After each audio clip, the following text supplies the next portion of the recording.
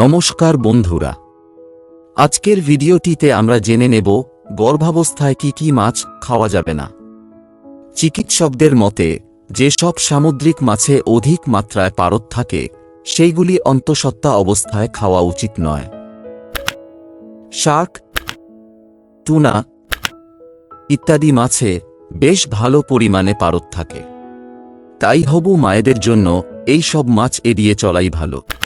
তবে চিংড়ি, salmon, tilapia, মাগুর, শিঙি ইত্যাদি মাছে কম মাত্রায় পারদ থাকে, তাই এই সমস্ত মাছগুলি অল্প পরিমাণে খাওয়া যেতেই পারে।